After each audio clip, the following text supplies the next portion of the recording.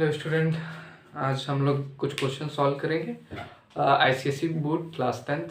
ICSE board की हम लोग एमएल अग्रवाल की बुक के कुछ हाइट एंड डिस्टेंस की प्रॉब्लम्स को सॉल्व करेंगे, देखेंगे। कुछ क्वेश्चंस हैं जो डाउट में बच्चों ने पूछा है एंड क्वेश्चन में कुछ खास नहीं है, बस आपको फिगर बनाने और क्वेश्चन की लैंग्वेज को पढ़ने आना चाहिए। बाकी प्रॉब्लम्स बहुत आसान है, आप सॉल्व करेंगे हो जाएंगे। ठीक है, एक पहला क्वेश्चन है, 11th क्वेश्चन से ही हम लोग स्टार्ट करते हैं। उसके नीचे बेसिक प्रॉब्लम है, तो हम उन क्वेश्चंस पे ज़्यादा टाइम नहीं वेस्ट करेंगे। 11th से हम क्वेश्चंस को आगे बढ़ाएंगे और फिर एंड तक सॉल्व करेंगे। इसमें कुछ प्रीवियस ईयर क्वेश्चंस भी होंगे। तो ये क्वेश्चन है, an observer 1.5 metre tall, metre या सेंटीमीटर जो भी है बुक में आप लोग चेक कर लीजिएगा, tall is 20.5 metre away from a tower. 25 metre height, ठीक है। टावर की हाइट क्या दे रखी है, टोटल हाइट है यहाँ पे 22 मीटर। ओके, ये 22 मीटर दे रखा है। ओके, और क्या बोल रहा है, एक ऑब्जर्वर है जो कितना, उसकी हाइट कितनी है 1.5 मीटर। ओके, 1.5 इसे मीटर ही मान लेते हैं, ये भी मीटर है। यूनिट क्लियर होनी बहुत ज़रूरी है।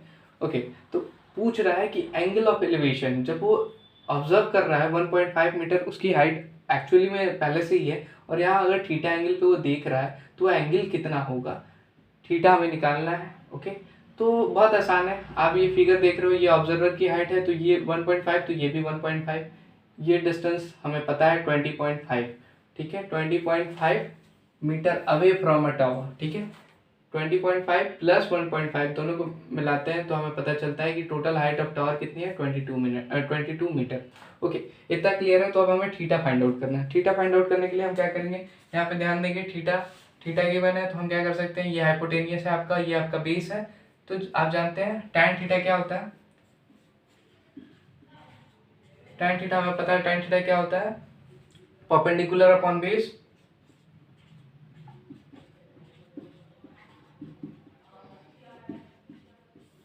कुछ क्वेश्चन में नहीं है, बस इस फिगर को ड्रॉ करना था। समझने वाली बात ये थी कि ऑब्जर्वर की हाइट ये 1.5 मीटर दे रखी है, हमें ये पता है पूरी value 20.5 metre away from a tower, ठीक है। 1.5 प्लस 20.5, टोटल हाइट हमारे पास पहले ही दे रखी है 22 मीटर। तो ऑब्वियस बात है, अगर ये 22 है, ये 1.5 है, तो ये कितना होगा 20.5। ओके, अब जब इतना पता है तो हमें पता है एंगल ऑफ एलिवेशन निकालने के लिए हम ये थीटा एंगल देखेंगे। थीटा हमें पता है परपेंडिकुलर अपॉन बेस, ये क्या होता है tan थीटा। यहाँ पे आपको दिख रहा है ये क्या है, ये आपका 20.5 है, तो परपेंडिकुलर कितना है 20.5। ओके, आपका ये वैल्यू कितनी है, ये वैल्यू भी आपकी 20.5 है, क्योंकि उसने बोल रखा है क्वेश्चन में कि 20.5 मीटर अवे, मतलब ये जो डिस्टेंस है इन दोनों के बीच का डिस्टेंस कितना है 20.5। अब दैट्स इट, प्रॉब्लम सॉल्व। ये दोनों का कैंसिल होते हैं, और कैंसिल होते हैं इनकी वैल्यू कितनी आती है 1। हमें पता है कि tan 45 डिग्री की वैल्यू क्या होती है, tan 45 डिग्री की वैल्यू 1 होगी, यानी theta equal to 45 degree. That's it, problem solve. बहुत आसान क्वेश्चन था, कुछ भी नहीं था, लेकिन ऐसे ही क्वेश्चंस बोर्ड में पूछे गए हैं। ओके, तो इसे नोट डाउन करो फिर आगे।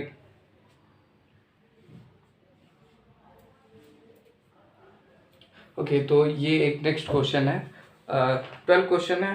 क्वेश्चन में फिगर पहले से दे रखा है, तो आप लोग को फिगर के लिए परेशान नहीं होना है, या आपको फिगर नहीं, ऐसे क्वेश्चन तो और आसान होते हैं जिसमें फिगर पहले से ड्रॉ किया होता है, तो आपकी प्रॉब्लम थोड़ी सी आसान हो जाती है। बस आपको क्या करना है, सॉल्व करके वैल्यू निकालनी। अच्छा, ये क्वेश्चन प्रीवियस ईयर में पूछा जा चुका है, 2018 बोर्ड्स के एग्जाम में पूछा जा चुका है। ओके, तो देखो ऐसे ही हम लोग वीडियो बनाएंगे, डाउट सेशन करेंगे, और कुछ क्वेश्चंस जो बच्चे पूछ रहे हैं वो सॉल्व करते रहेंगे। इससे क्या होगा, आपका प्रीवियस ईयर का प्रिपरेशन ही हो रहा है। बेसिकली एक चीज़ और समझ लो, कुछ लोग ये सोच रहे होंगे कि सर आप तो ट्रिग्नोमेट्री की एक सीरीज ला रहे थे, आप तुरंत हाइट एंड डिस्टेंस पे आ गए। नहीं, ऐसा नहीं है। मैं ट्रिग्नोमेट्री की जो रिवीजन क्लासेस हैं वो चलती रहेंगी, वो वीडियोज़ आती रहेंगी 1 बाई 1। अभी हमने सेकेंड लेक्चर अपलोड किया, थर्ड लेक्चर जल्दी आ जाएगा 1-2 दिन में, वो आप देखते रहना। ये बस एक समझ लो डाउट सेशन है, जिसमें आप क्या कर रहे हो, हाइट एंड डिस्टेंस के कुछ प्रॉब्लम्स लगा रहे हो, जो कि बुक्स एमएल अग्रवाल, बहुत लोग, बहुत सारे स्कूल में ये बुक अप्लाई होती है, और एक अच्छी बुक है। मुझे लगता है बोर्ड्स के लिए अगर आप इसके एक एक क्वेश्चन प्रैक्टिस कर रहे हैं तो आप बहुत अच्छा कर रहे हैं, ठीक है। तो बोर्ड्स के लिए आपके लिए काफ़ी ईजी रहेगा, ज़्यादा टफ प्रॉब्लम नहीं है कि इस बुक के इर्द गिर्द ही जो भी प्रॉब्लम आती है। ओके, तो हमारे पास क्या गिवन है, ये फिगर गिवन है, बेसिकली ये फिगर गिवन है, और हमारे पास ये जो वैल्यू है, ये वैल्यू RQ की वैल्यू दे रखी है 50 मीटर क्या है, हाइट दे रखा है। ओके, ये मत समझ लेना कि ये दोनों हाइट सेम है, ये थोड़ा सा छोटा है इससे, ठीक है। तो ये PT है और हमें निकालना है PT की वैल्यू, ठीक है। बेसिकली इसे हम H मान लेते हैं और इस PT को ही निकालेंगे कि PT क्या आ रहा है, या फिर हम इसे PT नाम से ही सॉल्व करेंगे, कोई इशू नहीं है, ठीक है। तो अब हमारे पास इस क्वेश्चन में कुछ खास तो है नहीं, देखा जाए तो पुराना वाला ही कॉन्सेप्ट है, वही हम एंगल ऑफ एलिवेशन दे रखा है, यहाँ पे एंगल ऑफ एलिवेशन लेंगे, फिर परपेंडिकुलर वही बेस वही कहानी, पुरानी कहानी, कुछ नया नहीं है। अगर जो लोग पिछला क्वेश्चन देखे हैं, सॉल्व किए हैं, ये क्वेश्चन इजी है, हलवा है। ओके, तो यहाँ से हम tan 30 डिग्री के लिए पहले वैल्यू निकाल लें। tan 30 डिग्री सॉल्व करोगे क्या होगा भाई, PT अपॉन बेस। ओके, ये क्या हो जाएगा, परपेंडिकुलर PT या फिर TP जो भी आप बोल लो, PT अपॉन PQ, ठीक है, PQ। अब लोग कहेंगे सर मेरे को तो ना PQ पता है ना मेरे को PT पता है, ठीक है, जो पता है पहले वो तो निकाल लेते हैं। तो हम एक काम करते हैं पहले इस क्वेश्चन में, ठीक है, हम लोग PQ के टर्म में चीज़ों को निकालते हैं, क्योंकि हमें PT ही सॉल्व करके निकालना है। और आपको पता है जितने अननोन उतने इक्वेशन, जब तक उतने इक्वेशन नहीं मिलेंगे आप सॉल्व नहीं कर पाओगे, ठीक है। तो यहाँ पे आपको पता है tan 30 की वैल्यू क्या होती है, tan 30 की वैल्यू 1/√3। ओके, PT हमें नहीं पता है, PQ भी हमें नहीं पता है, ठीक है।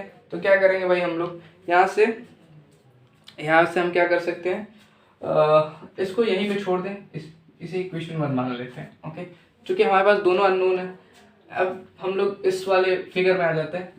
थोड़ा सा ऊपर लिख लेना यार वो कहानी की, हमने एक ट्रायंगल लिया TPQ और उसमें हमने देखा, ठीक है, ये सब कहानी आप लिख सकते हो। मैं बस यहाँ पे आपके प्रॉब्लम्स बता रहा हूँ, मैं ये नहीं बता रहा हूँ कि लिखते कैसे, मैं ये बता रहा हूँ सॉल्व कैसे करते हैं, ठीक है। सॉल्व करना आना चाहिए, क्वेश्चन क्या कह रहा है वो समझ में आना चाहिए, आप उसे कैसे सोच पा रहे हो ये सोचना आना चाहिए। बाकी लिखने का तरीका आप मुझसे बेहतर जानते हो और बुक्स में काफ़ी कुछ अवेलेबल है, ठीक है। ओके, tan 30 की वैल्यू हमें ये पता चल गई। अब 60 डिग्री के लिए अगर हम सॉल्व करें तो क्या होगा, tan 60 डिग्री, यहाँ से क्या करेंगे, tan 60 डिग्री जब सॉल्व करेंगे, यहाँ पे फिर वही हमारे पास RQ क्या है, परपेंडिकुलर अपॉन बेस। जो बच्चे बेसिक से नहीं समझ पा रहे हैं उनको बता दे रहा हूँ, पहले आप मेरे शुरुआत के 2 लेक्चर्स देखो जिसमें मैंने ट्रिग्नोमेट्री रेशियो को डिस्कस किया है। अगर वो नहीं जान रहे हो आप तो फिर ये चीज़ें नहीं समझ आएगी, ठीक है। तो ये चीज़ें बात की बात है, ये तो हाइट एंड डिस्टेंस इसका एप्लीकेशन है ट्रिग्नोमेट्री का, तो ये बहुत इंपॉर्टेंट टॉपिक है। बहुत सारे बच्चे इसको छोड़ के चले आते हैं बोर्ड्स में, उन्हें लगता है अरे बड़े बड़े क्वेश्चन हैं, इतने बड़े बड़े क्वेश्चन, अभी तो ये बहुत छोटा क्वेश्चन है, बड़े बड़े क्वेश्चन है, इसको सॉल्व करने में बहुत टाइम लगेगा। आपको पता है ट्रिग्नोमेट्री के क्वेश्चन 2 से 4 लाइन में सॉल्व होंगे, बताने में मुझे टाइम लग रहा है लेकिन सॉल्व करने में बहुत कम टाइम लगेगा, ठीक है। यहाँ आप देख रहे हो पहला इक्वेशन मिल गया। इसी तरह दूसरा इक्वेशन परपेंडिकुलर क्या है भाई, RQ है, तो हम लिख लेते हैं, चलो एक लाइन आप लोग के लिए लिख लेते हैं, RQ अपॉन PQ, ठीक है। ओके, तो यहाँ RQ हमें पता है, RQ क्या है 50 और PQ हमें नहीं पता है, चलो ठीक है, यहाँ से PQ निकल जाएगा, ये हमें पता है क्या होता है भाई, PQ इक्वल टू, इसको क्रॉस मल्टीप्लाई करो इधर और इसको डिवाइड में भेज दो नीचे, ये क्या हो जाएगा 50√3। यहाँ तक क्लियर है, यहाँ तक कोई डाउट नहीं होगा। चलो यहाँ से ये वैल्यू, इसको हम इक्वेशन सेकेंड मान लेते हैं, इक्वेशन सेकेंड की वैल्यू हम इक्वेशन 1 में पुट कर देते हैं, second putting in first. Okay, यहाँ तक क्लियर है। अब ये वैल्यू जब मैं इसमें पुट करूंगा तो क्या होगा, देखते हैं क्या हो रहा है। PQ की वैल्यू अगर यहाँ पुट कर देते हैं, चलो सपोज दैट यहीं पुट कर दिया, तो PQ को इधर भेज दो इस इक्वेशन में, इक्वेशन फर्स्ट में। अब हम इक्वेशन फर्स्ट सॉल्व कर रहे हैं, ठीक है, ये वैल्यू हम यहाँ पे उठा के पुट कर देते हैं, तो PQ ये क्या हो जाएगा, PQ upon √3 equal to PT। Clear है, PQ की वैल्यू क्या है बच्चों, 50/√3। चलो ये क्या हो गया 50/√3 और ऑलरेडी एक √3 नीचे गिवन है PT। अब भाई बचा क्या रह गया, अब तो कुछ बचा ही नहीं रह गया, सब खत्म। फिगर मैं इरेज कर रहा हूँ, यहाँ से हटा रहा हूँ, आप लोग फिगर पहले का बना चुके होंगे। ओके, अब ये क्या आ जाएगा, हाँ अब ये देखो नीचे क्या हो जाएगा, √3 का √3 से मल्टीप्लाई करेंगे तो क्या होगा, इसके आगे मैं इधर सॉल्व कर रहा हूँ, ठीक है, कंफ्यूज ना होना। क्या हो जाएगा भाई, PT हो जाएगा, यहाँ से निकल के आ जाएगा 50/√3 इंटू √3 क्या हो जाएगा 3, और इसको सॉल्व किया तो क्या आ जाएगा 60.66, चूँकि बोला है कि correct to the nearest metre में आप फाइंड आउट करो, तो या फिर ऐसे दिया होगा मीटर में, या फिर इसे हम लिख सकते हैं 60.67 मीटर। ओके, देख लेना जो भी आंसर हो, दोनों ही सही है, कोई इसमें प्रॉब्लम नहीं, ठीक है। सेकेंड क्वेश्चन यहाँ खत्म होता है, फिर उसके बाद हम लोग नेक्स्ट क्वेश्चन देखते हैं। पहले नोट डाउन करो, स्क्रीनशॉट ले लो या जो भी करना है कर लो। ओके तैयार, नेक्स्ट क्वेश्चन करें। चलो बढ़िया। तो नेक्स्ट क्वेश्चन क्या है भाई, नेक्स्ट क्वेश्चन कह रहा है from a point P on the ground. ठीक है, हमने थोड़ा सा फिगर ए बी सी के टर्म में बना दिया। चलो कोई पॉइंट पी है ऑन द ग्राउंड, इसको हम पी से भी रिप्लेस कर सकते हैं। चलो ठीक है, हमने ए मान लिया, कोई बात नहीं, आप कुछ भी मान सकते हो, ट्राइंगल बनाने का क्या है। ठीक है, आप पॉइंट ए मान लेना या फिर पी ही से मान लो, जैसा मन। The angle of elevation of the top of a 10 metre tall building. ठीक है, ये एक क्या है, बिल्डिंग है जिसकी क्या है, हाइट क्या दे रखी है, 10 मीटर। ओके ओके, एक हेलीकॉप्टर है जो कि उस बिल्डिंग के ऊपर क्या हो रहा है, उड़ रहा है, या जो भी hovering over the top of the building are 30 degree and 60 degree respectively. भाई अब यहाँ से जो एंगल बन रहा है वो क्या है, 30 डिग्री और 60 डिग्री फॉर्म कर रहा है। ठीक है, तो ओके, तो अब ये 30 डिग्री 60 डिग्री हो गया। Find the height of the helicopter above the ground. ठीक है, हाइट बताओ कि कितना वो ऊपर है। ठीक है, हाइट क्या होगी, हमें ये एच निकालना है, ये बिल्डिंग और इसके बीच की। ठीक है, बिल्डिंग और हेलीकॉप्टर के बीच की। ठीक है, अब द ग्राउंड, ग्राउंड के ऊपर कितना है, तो ग्राउंड के ऊपर आप या तो इन दोनों को ऐड कर लो, पहले एच निकालो। हमारे पास अननोन क्या है, सबसे ज़्यादा सबसे बड़ी चीज़ ये है कि फाइंड आउट करो कि ये सी और डी के बीच का डिस्टेंस क्या है, मतलब बिल्डिंग और हेलीकॉप्टर के बीच में कितनी डिस्टेंस है, जो अभी हमें फाइंड आउट करनी है। ठीक है, चलो हम इस चीज़ को मान लेते हैं कि ए सी क्या है आपका, ए सी गिवन है, पहले ए सी इक्वल टू 10 मीटर। ठीक है, कोई डाउट नहीं यहाँ तक। उसके बाद हम लोग देखते हैं कि ट्रायंगल ए बी सी क्या है, ए बी सी भाई 30 डिग्री सेल्सियस, मतलब ये छोटा वाला ट्रायंगल कितना है, यहाँ पे जो एंगल फॉर्म हो रहा है वो 30 डिग्री। और क्या दे रखा है, ए डी बी क्या दे रखा है, ए बी डी क्या दे रखा है, ए बी डी, ये वाला एंगल क्या बन रहा है 60 डिग्री। ये पूरे बड़े वाले ट्रायंगल की बात हो रही है। चलो आपके पास बेसिकली दो ट्रायंगल है, एक से एंगल क्या बन रहा है 30 डिग्री और एक से बन रहा है क्या 60 डिग्री। क्लियर है, आपको पता है बिल्डिंग की हाइट क्या है 10 मीटर, ये पता है, और बिल्डिंग और क्या हेलीकॉप्टर के बीच का डिस्टेंस नहीं पता है, वो एच क्या होगा वही आपको फाइंड आउट करना है। ठीक है, अब हमें वही फाइंड आउट करना है। चलो हम निकाल लेते हैं पहले छोटा वाला ट्रायंगल, फिर वही कहानी जहाँ से हमने सारी राम कथा शुरू। ठीक है, चलो यहाँ से क्या करेंगे हम लोग, इधर ध्यान दो, tan 30 डिग्री क्या हो जाएगा भाई, tan 30 डिग्री हमें पता है क्या होगा, height upon height upon base, या फिर परपेंडिकुलर अपॉन एडजेसेंट, या बेस, कुछ भी कह सकते हो, बात तो सेम ही है। ठीक है, यहाँ से क्या निकलेगा 10 अपॉन ए बी, यहाँ से ए बी क्या आ जाएगा, यहाँ 1/√3 हमें पता है tan 30 डिग्री की वैल्यू, और ये 10 अपॉन ए बी हमें नहीं पता, ए बी का क्रॉस मल्टीप्लाई इधर करेंगे तो ए बी यहाँ से क्या आ जाएगा 10 अपॉन में 1/√3, और ये बाद में ऊपर चला जाएगा, क्या हो जाएगा भाई, या तो ऐसे क्रॉस मल्टीप्लाई कर दो। ओके, ये क्या हो जाएगा 10√3 मीटर। क्या हो गया, ए बी पता चल गया। अब हमें ए बी पता चल गया, तो अब हम बड़े वाले ट्रायंगल में भी कुछ कहानी बता सकते हैं। चलो इसको मैं इरेज कर रहा हूँ। ठीक है, बड़े वाले ट्रायंगल में अब क्या हो रहा है ये देखते हैं। ठीक है, चलो बड़ा वाला ट्रायंगल क्या है भाई, ये है tan 60 डिग्री। ठीक है, tan 60 डिग्री क्या हो जाएगा, ये हो जाएगा 10 plus H upon A B हमें यहाँ फिर नहीं पता, ये √3 हो जाएगा 10 plus H upon A B. यहाँ से ए बी की वैल्यू क्या आएगी बच्चों, ए बी की वैल्यू आ जाएगी यहाँ से 10 प्लस एच अपॉन √3। क्लियर है, इतनी बातें क्लियर है। अब इतनी बातें क्लियर है तो ये भी देख लो, यहाँ भी ए बी है, यहाँ भी ए बी है, दोनों का लेफ्ट हैंड साइड बराबर तो राइट हैंड साइड भी बराबर, तो कर दो राइट हैंड साइड इक्वल। तो ये वैल्यू, ये 1 और 2 इक्वल है, क्योंकि 1 और 2 इक्वल है तो हम क्या करेंगे 1 और 2 को इक्वल करेंगे, तो ये निकल के आएगा 10√3 equal to 10 plus H upon √3। ठीक है, अब इसको हमें सॉल्व करना है, फिगर को मैं इरेज कर रहा हूँ। ठीक है, यहाँ से क्या हो जाएगा, यहाँ से हो जाएगा, अब कुछ बचा नहीं है। अब इसका इधर क्रॉस मल्टीप्लाई कर दो, क्रॉस मल्टीप्लाई करोगे तो क्या हो जाएगा, अब इसको क्रॉस मल्टीप्लाई करके सॉल्व करना है। 10√3 into √3 equal to 10 plus H, ये क्या हो जाएगा 10 into 3 equal to 10 plus H, यहाँ से 30 equal to 10 plus H, H क्या आ जाएगा बच्चों, एच आ जाएगा 20 मीटर। ये कौन सा एच निकला, ये वो एच है जो बिल्डिंग और हेलीकॉप्टर के बीच का डिस्टेंस है। ठीक है, अब देख लेना क्वेश्चन में आप लोग। ठीक है, इतना क्लियर है, इतना क्लियर है तो फिर अब हम लोग चलते हैं नेक्स्ट क्वेश्चन पे। वीडियो को पॉज करो और वीडियो को क्या करो, आप नोट डाउन कर लो। ठीक है, आई होप आप लोग को डाउट समझ आ गए होंगे।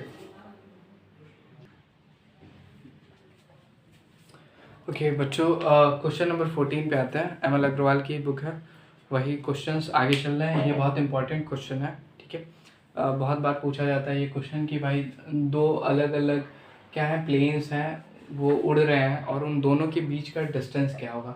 तो फिगर कुछ ऐसा बनेगा कि एक जगह से देखने पे 30 डिग्री एंगल बन रहा है, एक को देखने पे, दूसरे को देखने पे 60 डिग्री, और ग्राउंड से देखने पे क्या हो रहा है 30 डिग्री, 3125 मीटर का क्या हो रहा है डिस्टेंस दे रखा है। ओके, इतना क्लियर है।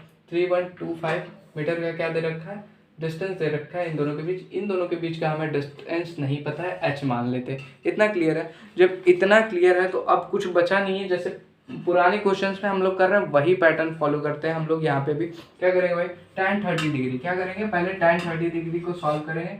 tan 30 डिग्री को सॉल्व करोगे तो क्या होगा भाई, tan 30 डिग्री सॉल्व करोगे तो ये AD और upon AC, AD upon AC। Clear है, यहाँ तक कोई डाउट नहीं है। tan 30 डिग्री की वैल्यू है 1/√3, AD की वैल्यू है 3125। क्या है, AD की वैल्यू दे रखी है 3125 मीटर्स। AC हमें नहीं पता है, AC यहाँ से निकाल लेंगे हम लोग। AC कितना आएगा 3125 डिवाइडेड बाई, सॉरी ये इसका क्रॉस मल्टीप्लाई होगा यहाँ पे √3। ये क्लियर है। चलो इसको हम लोग क्या करते हैं, इक्वेशन 1 मान लेते हैं, इधर आ जाते हैं। tan 60 डिग्री, tan 60 डिग्री जब हम सॉल्व करेंगे तो क्या होगा भाई, tan 60 डिग्री, tan 60 डिग्री में हो जाएगा 3125 plus H divided by AC। यहाँ इसको क्रॉस मल्टीप्लाई करेंगे, AC की वैल्यू क्या आ जाएगी 3125 plus H divided by tan 60 equal to √3।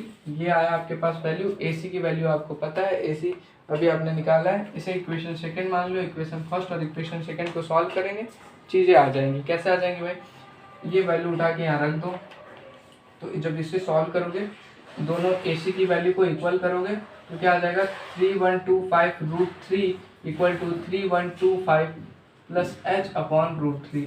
यहाँ तक क्लियर है। √3 का इधर क्रॉस मल्टीप्लाई कराएंगे, क्या हो जाएगा भाई 3125 into 3 equal to 3125 plus H. H की वैल्यू यहाँ से क्या आ जाएगी, एच की वैल्यू आ जाएगी 3 का इसमें मल्टीप्लाई कर दो, क्या आ जाएगा इसमें जब 3 का मल्टीप्लाई करोगे तो 9375 माइनस 3125, इसको सॉल्व करोगे कितना आ जाएगा 6250 मीटर। ये क्या आ गई, एच की वैल्यू आ गई। दोनों प्लेन्स के बीच क्या पूछा है, find the distance between the two planes at instant. किसी इंस्टेंट पे दोनों प्लेन्स के बीच का क्या हो जाएगा, डिस्टेंस क्या होगा 6250 मीटर। ठीक है, इतना क्लियर है। तो ये था आपका क्वेश्चन नंबर 14 और इसको ऐसे ही सॉल्व करेंगे। ठीक है, sorry maybe there are lots of interruption between me and behind the voice. Okay, so leave that, focus on here and on my voice.